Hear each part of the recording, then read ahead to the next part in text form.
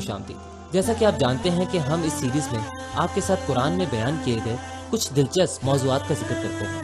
آج میں آپ کو بتاؤں گا کہ کس طرح اللہ تعالیٰ ہمیں مختلف قصوں کے ذریعے ایک بڑا سبق دیتا ہے۔ مجھے تو اس کا یقین ہے، اور میرا خیال میں سارے مسلمانوں کو اس بات کا یقین ہونا چاہیے کہ قرآن میں جو بھی بات بیان کی گئی ہے وہ کسی خاص وقت کے لیے محدود نہیں ہے۔ جب اللہ ہمیں کوئی بات بتاتا ہے جو بہت پہلے واقع پذیر ہو چکی ہے تو وہ اس کی مخصوص قسم کی تفصیل بیان کرتا ہے، یعنی دوسرے الفاظوں میں ایک واقعے کے بہت سارے حقائق ہوتے ہیں لیکن سب بیان نہیں کر سکتے۔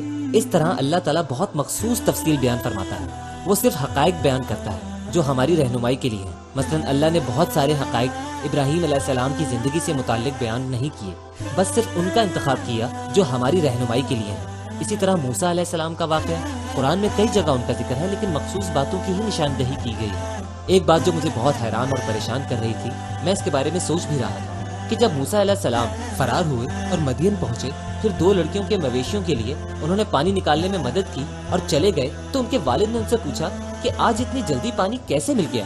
پھر ان میں سے ایک کو واپس بھیجا گیا۔ اگر اس کے بارے میں سوچیں تو اللہ تفصیل کیوں بیان کر رہا ہے، وہ بھی اتنی اہم باتوں کے بیچ کہ کس طرح موسیٰ علیہ السلام وہاں سے نکلے اور پھر ان کا فرعون سے کیسے سامنا ہوا اور اتنا بڑا معجزہ پیش آیا۔ ان سب باتوں کے درمیان اللہ اس مخصوص واقعے کو بیان کر رہا ہے، وہ ہمیں کچھ سکھانا چاہتا ہے، اور وہ کیا ہے؟ تو سورہ قصاص میں اس سے متعلق آیت ہے جس کے 2 طرح کے معنی ہیں، کہ ان میں سے ایک واپس شرماتے ہوئے آئی، اور یوں بھی بیان کیا گیا ہے کہ ان میں سے ایک شرمانے کے باوجود واپس آئی۔ مجھے بڑی حیرانی ہوئی کہ یہاں پوری انسانیت کے لیے کیا بیان کیا جا رہا ہے کہ عورت کو کس طرح چلائیں، یہ اللہ کیوں بتا رہا ہے؟ تو غور کرنے سے آپ کو یہی بات معلوم ہوگی کہ اللہ نے ہر اس بات کا ذکر اپنی کتاب میں کیا ہے جو انسان کی رہنمائی کے لیے ہے۔ عورت کے چلنے کا انداز ایک طاقتور، مؤثر اور ایک انتہائی پر اسرار عمل ہے، اس کا معاشرے پر اثر ہوتا ہے۔ یعنی عورت کے چلنے کا انداز وہ عمل ہے جو مردوں کو بہت زیادہ اٹریکٹ کرتا ہے۔ اللہ تعالیٰ اس بات کو واضح کر رہا ہے اپنی اس کتاب میں، یعنی دوسرے لفظوں میں عورت کا چلنا بہت ہی پر اسرار ہے، اس کا اثر معاشرے میں ہوتا ہے۔ عجیب بات ہے کہ عورت کے بارے میں ہر ثقافت اور ملک میں آپ کو بات ہوتی ملے گی، دنیا میں ہر جگہ وہ جہاں موجود ہوگی وہاں اس کی بات ہوگی، کچھ ہے جس سے وہ اپنی طرف کھینچتی ہے۔ کم از کم اتنا تو ضرور ہوتا ہے کہ اس کی موجودگی کو محسوس کیا جاتا ہے، اور خاص طور پر مرد اسے دیکھتے ہیں۔ یہ سب سے کم ہے جو ہوتا ہے۔ اس کا کوئی نفسیاتی یا روحانی اثر ہے کہ ایسا کچھ ہوتا ہے اگر عورت کہیں سے گزر رہی ہو۔ ایک مخصوص شرفیہ خاندان عورتوں کو معاشرے سے چھپا کر رکھتا تھا۔ ایک ایسا وقت تھا جب اشرفیہ خاندان کی خواتین رات ہونے سے پہلے گھر سے نہیں نکلتی تھی۔ اس کا اسلام سے کوئی تعلق نہیں، لیکن عورت کی موجودگی کا کیا اثر ہوتا ہے اس کا انہیں علم تھا، اس لیے انہوں نے یہ طرز عمل اپنایا۔ اس لیے اللہ تعالیٰ مردوں اور عورتوں دونوں کو بتا رہا ہے کہ عورت کا لوگوں کے درمیان کیسا کردار ہو اور اس کا کیا اثر ہو سکتا ہے۔ اور اسلام یہ بھی نہیں کہہ رہا کہ عورت کو گھر میں بند کر کے رکھو، کیونکہ ان کے ایسے اثرات ہوتے ہیں۔ لڑکے اس بات کو ضرور سمجھیں گے۔ اگر آپ کسی آڈیٹوریم میں بیٹھے ہوں اور اچانک وہاں ایک لڑکی آ جائے تو سب اس کو دیکھنے لگیں گے۔ ایسا نہیں کہ اس سے پہلے آپ نے ایسی خوبصورت لڑکی نہ دیکھی ہو، لیکن ایسا ہوتا ہے، ایک لمحے کے لیے ہی صحیح، لیکن آپ دیکھیں گے ضرور، اس کا ایک اثر ہے۔ اور اسی طرح اگر کوئی لڑکا آ جائے تو شاید کوئی نوٹس بھی نہ کرے، ایسا ہی ہوتا ہے۔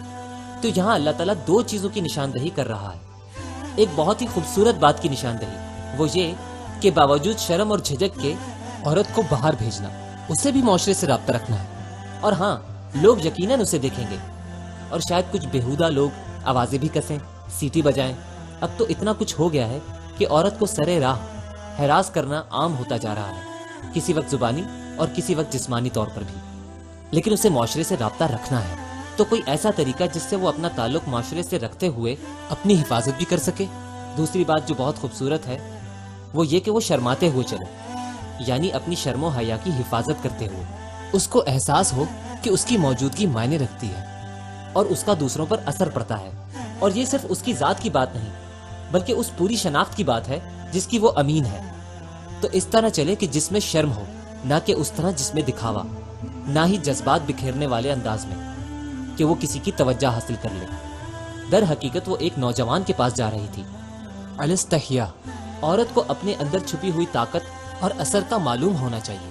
تو کس طرح عورت کو چلنا چاہیے، یہ بہت ہی معزز اور خوبصورت انداز میں بیان کیا گیا ہے۔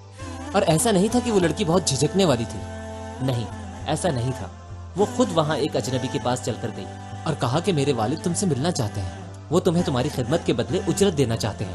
اگر وہ جھجک والی لڑکی ہوتی تو اپنی بہن یا کسی اور کو ساتھ لے کر چلتی، لیکن وہ خود اکیلی گئی اور اس کے والد کو بھی اعتماد تھا، اسی لیے انہوں نے اسے بھیجا۔ تو یہاں ایک بہت ہی زبردست توازن ہے اعتماد، معاشرے سے تعلق اور ساتھ ساتھ اپنی حیا کو قائم رکھ کر خود کچھ کرنے کا۔ صرف ایک موضوع میں بیان کیا گیا کہ وہ کیسے چل کر گئی۔ جزاکم اللہ خیر۔ السلام علیکم ورحمۃ اللہ وبرکاتہ۔